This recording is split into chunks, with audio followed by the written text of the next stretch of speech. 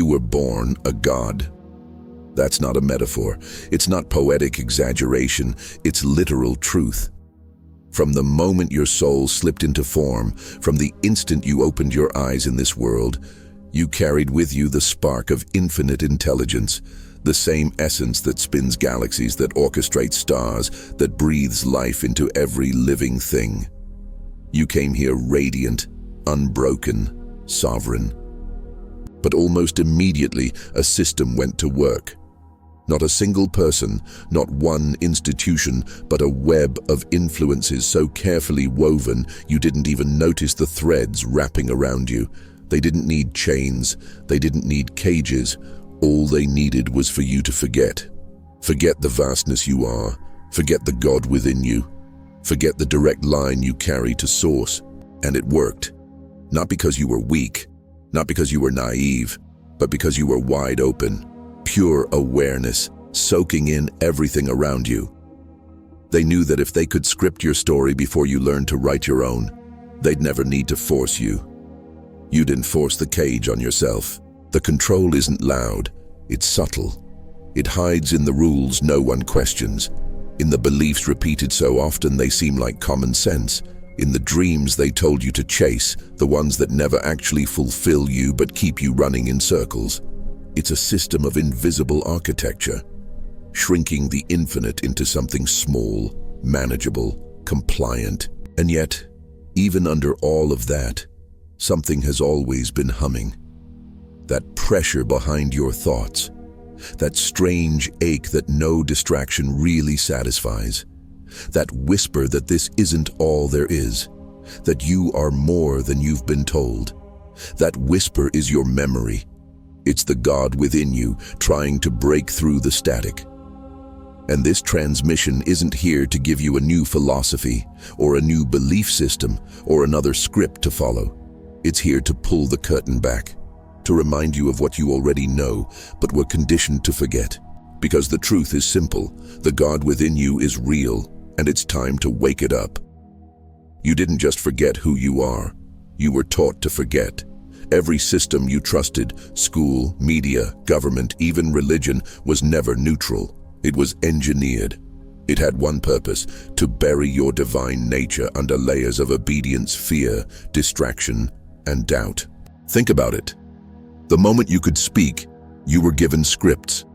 Scripts about who you are, what's possible, what's off limits. You were handed stories about the world, stories that made you small before you even had a chance to question them. From your earliest days in the classroom, the programming began. They called it education. But education should mean drawing out what's within you. What they offered was the opposite: indoctrination. They trained you to sit still, to raise your hand, to ask permission to meet your own needs. They trained your body before they touched your mind. And once your nervous system was locked into compliance, they filled your head with history rewritten by victors, with science that denied the unseen, with literature that glorified obedience and mocked rebellion. You weren't being educated, you were being domesticated. Think back to what you were told over and over again. Follow the rules, respect authority, be realistic, don't question, don't dream too big. Harmless advice? No. These weren't just guidelines. They were the blueprint of a cage designed to make you forget that you carry the same spark that births stars. And here's the thing, it wasn't just strangers. Even the people who loved you most, your parents, your teachers, they passed it on too.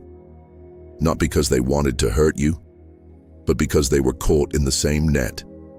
They couldn't hand you freedom because they hadn't found theirs. It's not their fault, and it's not yours. But it is your responsibility, because once you see the game, once you recognize the architecture of the cage, the spell breaks. You realize you've been living out someone else's script, wearing clothes that never fit, chasing goals that were never yours, measuring your worth with rulers built by strangers.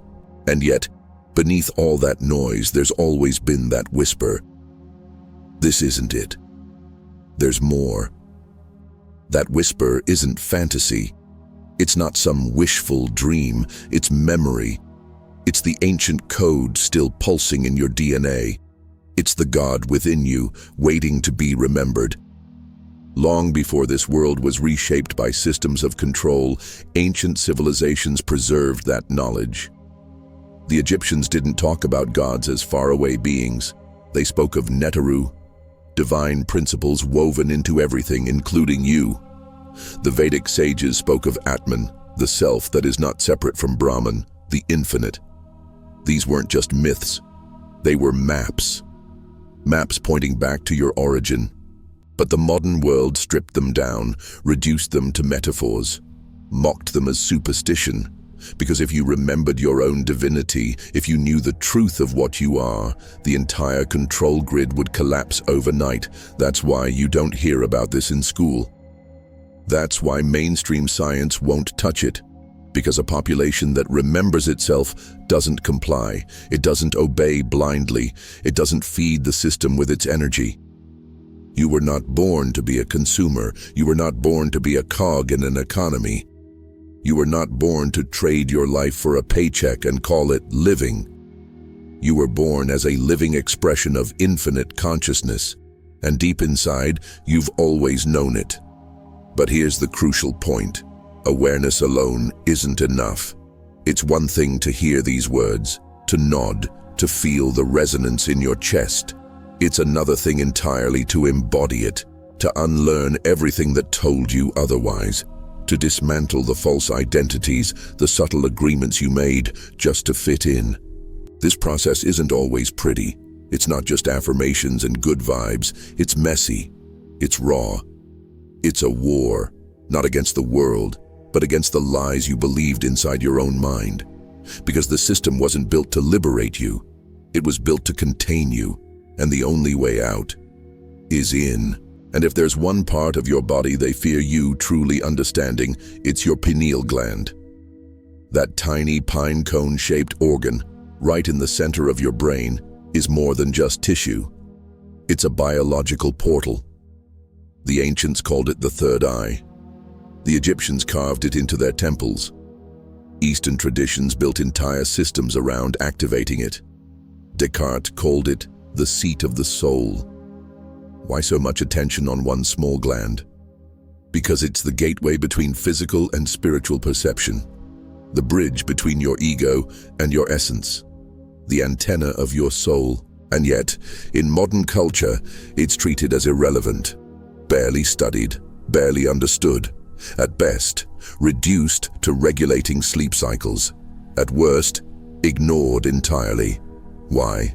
Because an awakened pineal gland means an awakened human, and an awakened human cannot be controlled. So instead of teaching you to activate it, they attack it. Quietly, systematically, chemically. Look around. Fluoride in your water, glyphosate in your food, microplastics in your blood, heavy metals in the air. What do all of these have in common? They calcify the pineal gland. They turn your antenna into stone. This isn't a theory. It's documented, peer-reviewed, proven, but ignored, because acknowledging it would expose the war that's been happening all along. A war not on your body, but on your perception. And yet, even under all that calcification, even buried beneath years of programming, the pineal gland still whispers. You still get flashes, moments where intuition cuts through the noise, where synchronicities align too perfectly to dismiss, where dreams carry messages you can't explain. That's the God within you trying to break through. It's not dead, just dormant. And the fact that they've worked so hard to shut it down, that should tell you just how powerful it really is. Reclaiming the pineal gland doesn't begin with belief. It begins with intention. It begins with noticing what has been numbed, what has been silenced, and what has been buried under the noise of modern life. The pineal is not just an organ, it is a transceiver. A biological interface that tunes your consciousness to frequencies beyond the visible. This is why mystics across traditions spoke of visions, prophecy, divine communication. They weren't imagining. They were perceiving through a channel most people don't even realize they have. When the pineal awakens, synchronicities aren't rare. They're constant. Dreams stop being random, they become messages. Intuition stops being a guess, it becomes direct knowing. And that's exactly what the system fears.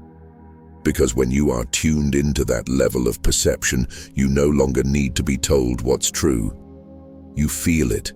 You no longer wait for permission. You move with inner authority. You no longer look for saviors, leaders, gurus to tell you what's real.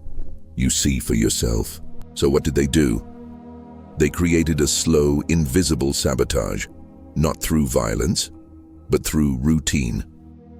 Tap water laced with fluoride under the disguise of dental health.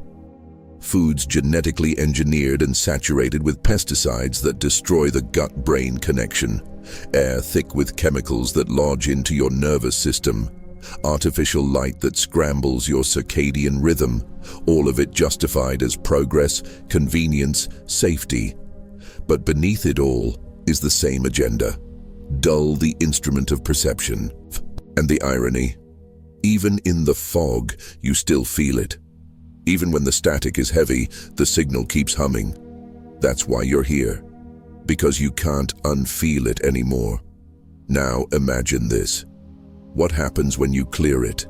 When you stop feeding the sabotage, when you detox the vessel, when you remember that what you perceive with your physical eyes is only a sliver of what's real.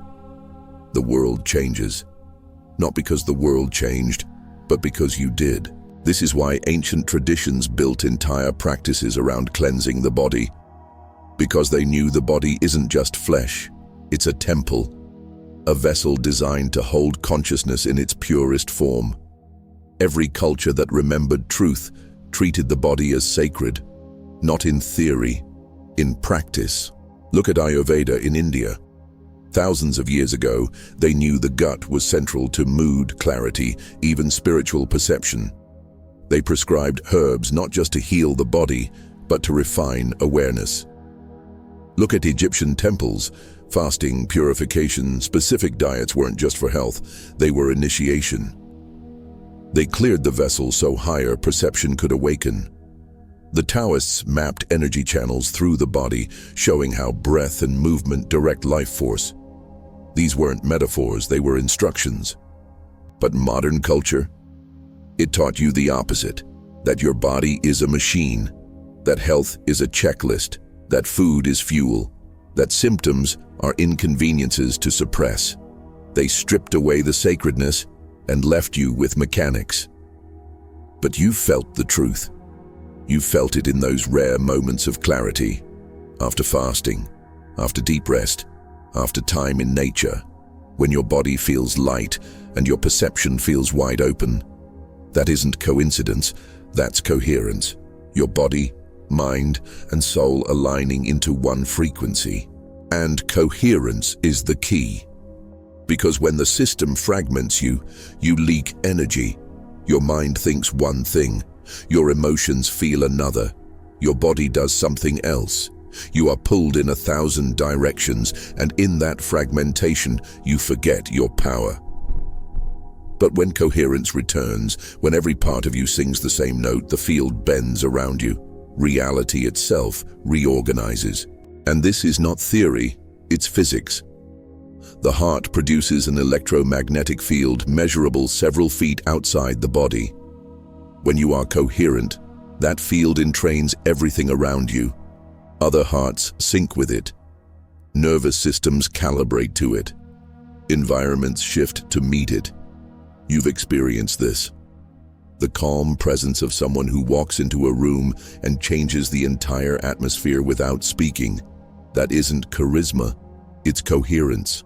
The body is the foundation of awakening, but the breath is the bridge. Most people think of breath as just oxygen exchange, inhale, exhale, unconscious rhythm. But the ancients knew better. In Vedic teachings, breath is prana. In Taoism, it is ki. In Hermeticism, it is the rhythm of spirit moving matter. Every mystical path, from Egypt to the Himalayas, pointed to the same truth. If you can direct your breath, you can direct your consciousness. And yet, look at modern life. Shallow breathing, constant stress, lungs half-filled, nervous systems locked in fight or flight. This isn't accidental, it's engineering. Because when you breathe shallow, you live shallow. When your breath is restricted, so is your perception. Breath is the original spiritual technology. With it, you can still the mind. With it, you can activate dormant energy. With it, you can dissolve trauma stored in the body. With it, you can reach states of awareness that no doctrine, no philosophy, no guru could ever hand you. And the system knew this. That's why it never taught you. But here's the miracle. You've been carrying it with you all along, right under your nose. Every inhale is a code, every exhale a release. And when you use it consciously, something dormant begins to stir. At the base of your spine, coiled like a serpent, is what the yogis called Kundalini. The raw power of divine intelligence waiting to rise. Not a metaphor, a living force. Dormant in most, feared by the system, but always present. When it awakens, it doesn't just change your energy. It changes your perception. It pierces through the illusions. It rewires your nervous system to remember what you are.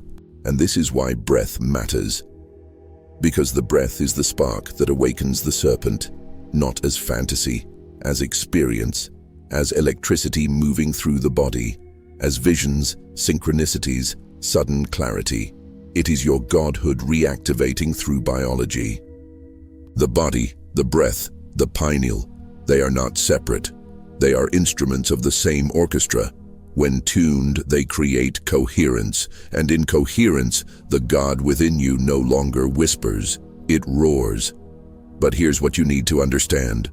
The war is not just on your body, not just on your breath, not just on your pineal.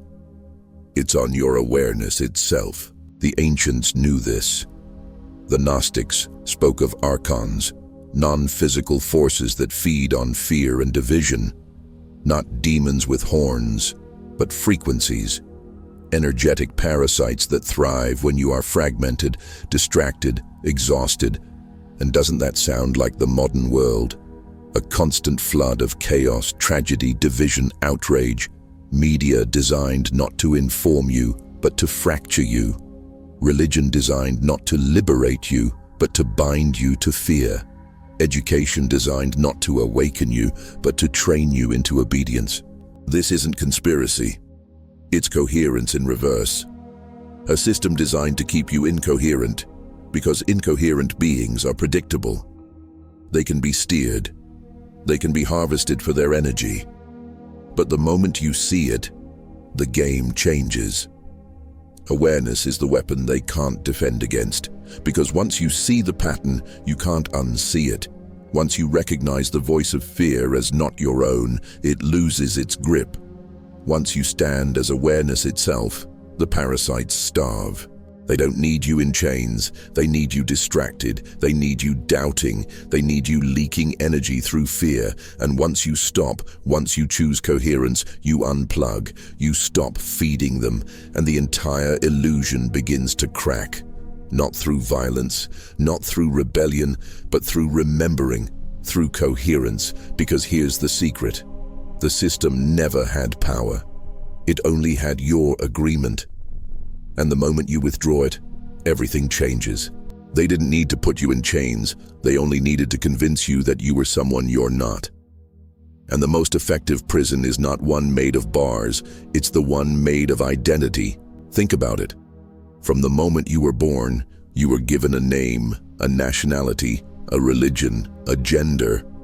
You were handed labels before you even had language, and you believed them, not because you were naive, but because you were open.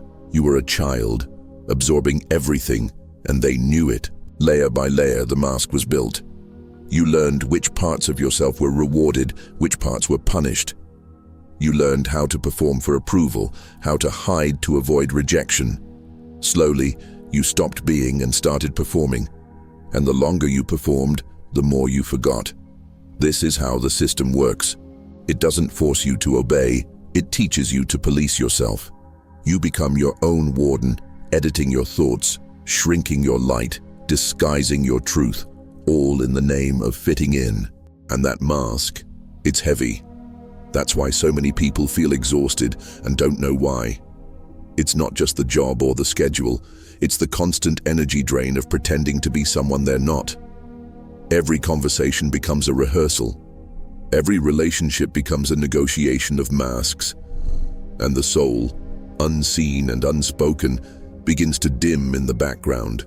Not dead, just forgotten. The system thrives on that forgetting. Because when you're lost in identity, you're easy to manipulate. When you think self-worth comes from productivity, you'll sacrifice your soul for a paycheck. When you think love comes from performance, you'll abandon yourself to be accepted. When you think obedience equals morality, you'll comply with rules that betray your essence. And here's the most insidious part. Questioning your identity feels like dying. Because in a way, it is. The constructed self doesn't want to be seen through. It clings to validation. It clings to labels. It clings to the comfort of being someone, anyone, as long as it doesn't have to face the vast unknown of what it really is. But real awakening begins when you stop asking, "Who am I?" and start asking, "What am I?" Because the moment you stop trying to polish the mask and start recognizing yourself as the awareness behind the mask, the illusion cracks. This is why the system pushes identity obsession so hard. Choose your labels, curate your profile, brand yourself, reinforce your narrative daily. Why? Because as long as you're busy being someone, you'll never remember you are the awareness watching the someone. The truth is, you were never the mask. You were the field it appeared in. You were never the character. You were the dreamer of the dream. And when you remember that, identity loses its grip. You can still play roles: parent, teacher, artist, leader, but you no longer mistake the role for the reality. And that's the freedom the system fears most. Not rebellion, not resistance, but non-identification. Because once you know the game is a game, you stop playing it unconsciously. Look at culture. It isn't random, it's ritual. Every holiday, every tradition, every corporate ritual, it all reinforces the trance. The school bell wasn't just a time signal, it was training. Pavlov rang a bell and dogs salivated. The system rang a bell and you moved, not because you chose to, but because you were conditioned to. And it didn't end with school. It just changed form. Now the bell is your alarm clock, your email ping, your social media notification. Even language itself is a spell. Phrases like, "That's just how it is," or "You've got to be realistic," aren't observations. They're agreements. Tiny contracts that lock you into limitation. Every time you repeat them, you reinforce the cage, and the cage becomes invisible, which makes it inescapable. Until you start listening not just to others, but to the words leaving your own mouth. Are they yours? Or were they inherited from people who never questioned them either? Now look at the rituals of consumption. Holidays that once honored the cycles of nature are now engines of debt and distraction. Christmas, a festival of compassion turned into consumerism. Valentine's Day, conditional love sold as commodities. Halloween, a festival of masks, where the biggest mask is pretending any of it still feels sacred. These are not celebrations. They are rehearsals. Annual performances that keep you anchored in the trance. Buy, conform, belong. Smile for the photo. Post it. Check for likes. Call it a life. This isn't about shaming participation, it's about awareness. Because once you see the programming, you're no longer hypnotized by it. You can still show up, but from presence, not autopilot. You can choose, and choice is power. But the trance doesn't just live in holidays. It lives in your daily grind. The endless hustle, the corporate rituals, the KPIs and morning meetings, the constant worship of productivity. These aren't pathways to meaning. They're distraction loops. They keep you tired enough to comply, but functional enough to continue. You're not thriving, you're surviving, and the system calls it success. But beneath the noise, there's always been a signal. That subtle hum, that whisper inside you. Something's off. This isn't it. There has to be more. That whisper is your higher self, your divine essence, tapping the glass from the inside, asking you to notice, asking you to break the rhythm long enough to remember. And here's the truth. The trance only works when you don't know it's a trance. Culture only controls you when you believe it's yours. But it isn't. It was handed to you, marketed to you, drilled into you, and the moment you stop blindly accepting it, the spell weakens. You don't need to escape the world. You need to wake up inside it. But here's where awakening gets real. It's not about peak experiences or flashes of insight. Those are the easy part. The real challenge is integration. Can you carry the awareness you touched in meditation into your daily life? Can you stay rooted in presence when your ego is triggered, when the system pulls at your attention, when fear whispers in your ear? Can you live as the God within, not just in safe moments, but in messy, inconvenient, uncomfortable moments? That's where most people stop, right at the threshold of embodiment. Because living as your divine self isn't easy. It means breaking every unconscious agreement you made while asleep. It means letting go of identities that won you approval. It means releasing goals that were never yours. It means standing alone in your truth when everyone else is still playing roles. The God within you doesn't care about your labels, your achievements, your curated identity. It doesn't measure your worth in likes, followers, or income. It is pure presence, pure coherence, and it's either animating your life or buried beneath it. When you embody your divinity, you don't need to declare it. It's felt. Your presence does the speaking. You walk into a room and reality shifts, not because you're special, but because you're aligned. Aligned with coherence, aligned with truth, aligned with the source within you. And when you live that way, something remarkable happens. You stop tolerating what drains you. You stop shrinking to fit. You stop abandoning yourself for comfort. You begin to live out loud. You begin to speak with clarity. You begin to move with purpose. And in doing so, you become a mirror. A reminder to everyone around you of what they've forgotten in themselves. And that's uncomfortable for some, because your presence threatens the comfort of their trance. But for others, it's liberating. It awakens something dormant. It lights a spark. And that's why your embodiment matters, not because of what you say, but because of what you are. Awakening isn't about being perfect. It's about being real. The ego wants to appear enlightened. The soul just wants to be free. And freedom doesn't always look graceful. Sometimes it's messy. Sometimes it's awkward. Sometimes it's raw and vulnerable. But it's always true. Living this way is the deepest form of rebellion, not by fighting the system, not by overthrowing it, but by refusing to abandon your essence, by choosing coherence in a world built on distraction, by remembering who you are in a world that profits when you forget. The system doesn't fear your theories. It fears your embodiment. It fears the person who doesn't just know they're divine, but lives like it. Not someday, not one day, but now. Spiritual awakening doesn't begin in your head. It begins in your body. That might sound strange when everything you've been taught about spirituality points upward toward thoughts, philosophies, ideas, abstract concepts. But the truth is, your body isn't separate from your consciousness. It is consciousness condensed into matter. It is energy given form, light woven into flesh, awareness made tangible. And the system knows that. That's why it doesn't just target your thoughts. It targets your biology. If they can keep your body sluggish, inflamed, numb, and disconnected, they don't need to control your mind. The battle is lost before the first thought appears. Think about how you've been conditioned to see your body.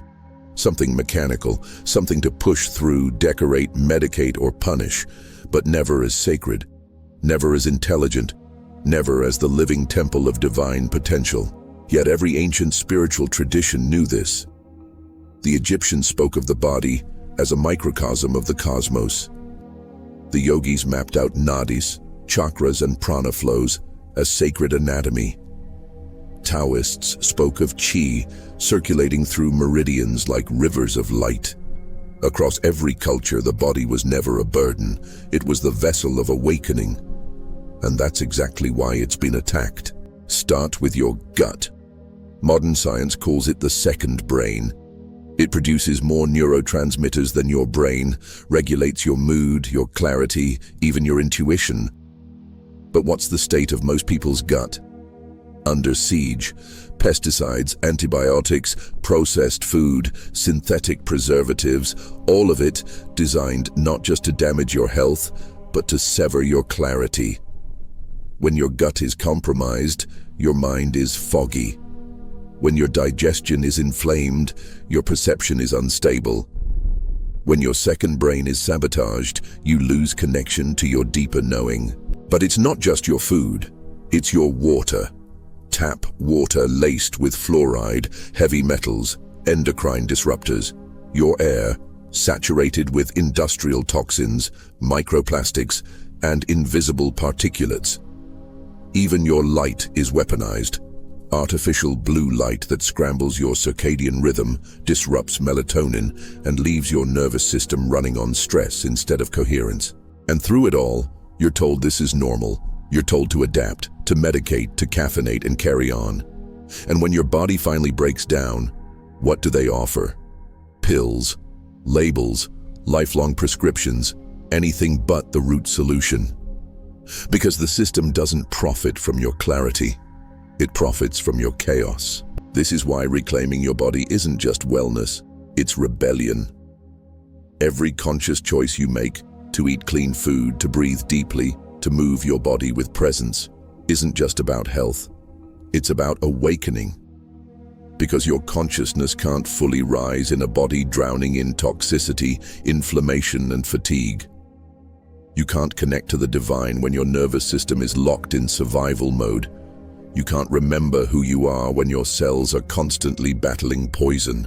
Liberation isn't only mental, it's cellular. And here's the miracle. Your body wants to wake up. It has always been working for you, recalibrating, healing, communicating. Even in the worst conditions, your cells are fighting for coherence. And the moment you stop poisoning the vessel and start listening to it, everything shifts. Your thoughts clear, your emotions balance, your intuition sharpens. That's not random, that's coherence. The state where body, mind, and spirit are no longer fractured, but moving as one field. That's when awareness stops being a concept and becomes your baseline. And this is where shadow work enters. Because the body doesn't just store toxins, it stores memory, trauma, fear, suppressed emotions. Every unprocessed moment lodges itself in your tissues, your muscles, your nervous system. That's why when you're triggered, you don't just think, you feel. Tight chest, clenched jaw, stomach knots. The body is the storage unit of the shadow. The Egyptians knew this. They said that if you don't face your demons in life, you'll face them in the duat, the underworld. But modern science is confirming it. Trauma doesn't just vanish. It embeds itself in your biology, looping until it's acknowledged. And in the afterlife, those loops become the demons you face. But you don't have to wait until death. You can do the work now. Shadow integration isn't about fighting darkness. It's about recognizing that the parts of you you've buried, your rage, your grief, your fear, aren't enemies. They're fragments waiting to be integrated. They are the locked doors of your inner temple. And the key is awareness. That's why true awakening isn't just meditation and affirmations. It's feeling the body, It's being willing to sit with the discomfort long enough for it to transmute. It's learning to stop running from your own depths. Because when you do, you discover the paradox. Your greatest power has always been hidden in the parts you were taught to reject. And this is where the breath becomes sacred. Your breath is not just air, it is code. Every inhale is an entry point. Every exhale is a release. Breath is the bridge between body and spirit, the rhythm that connects the finite with the infinite. You breathe on autopilot, but you were never meant to. The ancients knew this. Yogis built pranayama to expand prana, life force. Taoists practiced inner alchemy through breath, circulating qi. The Egyptians encoded breathwork into initiation chambers, where initiates practiced dying before death through controlled respiration. Why? Because they understood the secret. If you control your breath, you can control your state of consciousness. And if you can control your state, you can remember what you are. But look at how the modern world has programmed you to breathe. Shallow, rushed, upper chest breathing, always stressed, always hurried. You're barely inhaling, barely circulating life force. The result? A closed circuit, a dimmed light body. You live in a fog when clarity is just a few deep breaths away. Because breath doesn't just move oxygen, it moves energy. And your body isn't just flesh and bone, it's an energetic field. Nadis, meridians, chakras, auric layers. These aren't new age fantasies. They are maps of your inner circuitry. And when trauma, fear, or suppressed emotion clogs that circuitry, breath is the key to clearing it. This is why intentional breathwork feels electric. The tingling, the heat, the rush of energy. It's your system coming back online. It's coherence returning. It's the stagnant energy being released so your awareness can flow freely again. And when the pathway's clear, something ancient stirs. The dormant intelligence at the base of your spine. The coiled serpent the yogis called Kundalini. It rises, not as a metaphor, not as a concept, but as electricity, heat, light, movement. It is the raw force of your own divinity waking up. And it doesn't need permission. It just needs space. It needs breath. It needs you to stop outsourcing your power and start using the tools that have always been built into your body. This is why they don't teach you this in school. Why breathwork isn't mainstream. Why you were never told that you could shift your consciousness with nothing but oxygen and intention. Because if you remembered, you wouldn't need pills. You wouldn't need permission. You wouldn't need the system. You would have your own technology, direct, free, and indestructible. But here's the truth. Breathwork isn't always euphoric. It brings up everything you've buried. The grief, the rage, the memories. But that's not a flaw. That's the medicine. Because once it rises, it can be released. Once it's seen, it can dissolve. And through it all, you discover the deepest remembering. You are not the storm passing through you. You are the awareness holding it. This is the coherence code. Not theory, practice, not abstraction, embodiment. To wake up is not to escape your body, but to inhabit it so fully that spirit has no choice but to flow through it. And here's the paradox. The more you drop into your body, the more you realize you are not the body. You are the awareness animating it, the infinite experiencing itself through flesh. The God you've been searching for has always lived in your breath, your blood, your bones. You don't need to wait for some cosmic event, some guru, some savior. You already carry the technology. You already are the portal. You already are the field. All that's left is to remember. You don't need to be hypnotized in a theater to live in a trance. You already are. Most people walk through life like actors who forgot they were acting, locked into patterns so rehearsed they feel real. Wake up, scroll, consume, react, sleep, repeat. It's not just habit, it's programming, not through force but through repetition. And the most dangerous part? It's disguised as normal. You think you're living your life, but you're really playing out a script you didn't write. Culture is the delivery system. Every holiday, every tradition, every normal routine has been shaped by someone for a reason. Look closer. The school bell you heard every day wasn't just a time signal, it was classical conditioning. Pavlov rang a bell and dogs salivated. The system rang a bell and you moved, not because you chose to, but because you were trained to. And it didn't stop when you graduated, it just changed form. Now the bell is your alarm clock, your email ping, your social media notification, all of it designed to keep you externally focused and internally absent, always reacting, never creating, always consuming, never originating. That's not an accident, it's engineering. The more distracted you are, the less you question. The more rushed you feel, the less likely you are to pause and ask, is any of this even mine? You don't have to stop participating. You just need to see clearly. Because once you see, you're no longer hypnotized.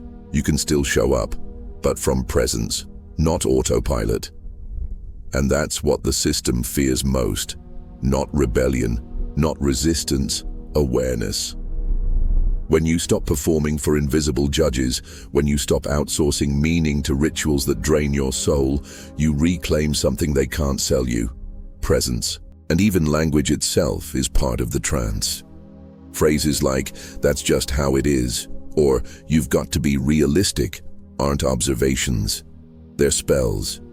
Tiny agreements that lock you into limitation. Every time you repeat them, you reinforce the cage. And when the cage becomes invisible, it becomes inescapable, unless you break the spell. Ask yourself, are the words I speak really mine? Or did I inherit them from people who never questioned them either? Look at corporate rituals, the morning meetings, the KPIs, the endless hustle culture. These aren't pathways to purpose. They're distraction loops. They keep you tired enough to comply, but functional enough to continue, not thriving, surviving. But beneath all of it, there's still a signal, a hum in your awareness whispering, "This isn't it. This isn't what life was meant to be." That whisper isn't your imagination. It's your higher self, your divinity, the God within you, tapping the glass from the inside, asking you to remember. Because here's the secret, the trance only works if you don't know it's a trance. Culture only holds power if you believe it's yours. But it's not. It was handed to you, marketed to you, drilled into you, and the moment you stop blindly accepting it, the illusion begins to crack. You don't need to escape the world. You need to wake up inside it. And awakening is only the beginning. Most people chase the moment, the cosmic jolt, the synchronicity, the download. But awakening isn't meant to be a moment. It's meant to be a life. It's not something you visit, it's something you embody. Integration is the true test. Can you carry your awareness into the argument with your partner? Can you stay coherent when fear rises? Can you walk into a system built to fragment you and remain whole? That's the work. That's embodiment. Because awakening isn't about escaping difficulty, it's about meeting it differently. The God within you doesn't need everything to be comfortable. It needs you to stop abandoning yourself when things get hard. And that's where sovereignty begins. Not belief, not rebellion, not identity, presence. When you embody your awareness, you don't need to announce it. People feel it. You walk into a room and the frequency changes. Not because you're louder, but because you're coherent. Alignment is silent, and silence speaks louder than noise. This is what the system fears. Not your ideas, your embodiment, not your rebellion, your coherence. Because once you live from presence, you become ungovernable, not in the sense of chaos, in the sense of truth. You don't shrink to fit spaces that ask you to dim your light. You don't chase validation. You don't abandon yourself for comfort. You live aligned. And that alignment mirrors something dangerous to the system: possibility. When you embody truth, you remind people of what they've forgotten in themselves. Some will resist you because your presence threatens the comfort of their illusions. Others will be drawn to you without knowing why. But it won't matter, because you're not here to convince. You're here to be. And that's the final remembering, that what you've been seeking was never lost. The God within was never missing. It was buried under noise, programming, distraction, fear. But beneath all of it, it's been waiting, not in thunder, not in fire, but in stillness, in presence, in the quiet awareness behind your thoughts. You are not a role. You are not a name. You are not a mask. You are the infinite choosing to experience itself as human for a while. And in that remembering, the spell breaks. Your fears don't vanish, but they stop owning you. Your doubts don't disappear, but they lose their grip. Your past doesn't change, but it no longer defines you.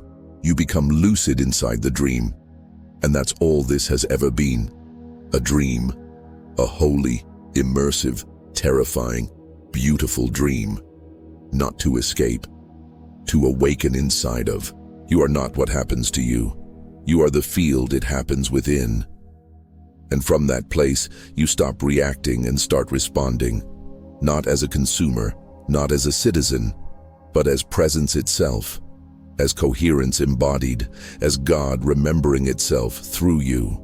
And when you live this way, you don't wait anymore. You don't wait for saviors, events, or validation. You stop waiting because you see the truth. There is nothing missing. There is only remembering.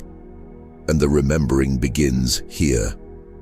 So if this transmission reached you, don't just listen. Act. Drop a comment with one synchronicity you've had. Why? Because when you share it, you're signaling to the field, I'm paying attention. And when you show the field you're awake, it mirrors back your highest timeline. And if you want to keep walking this path, subscribe to the Coherence Codex. Not for entertainment, but for reminders, for transmissions, for alignment. Because this is the work, to remember again and again until remembering becomes living. You were never meant to be small. You were never meant to dim. You were meant to be electric, infinite, wild. You were meant to walk this earth as a living expression of the source itself. That's not metaphor. That's truth. The God within you has always been waiting, and now you remember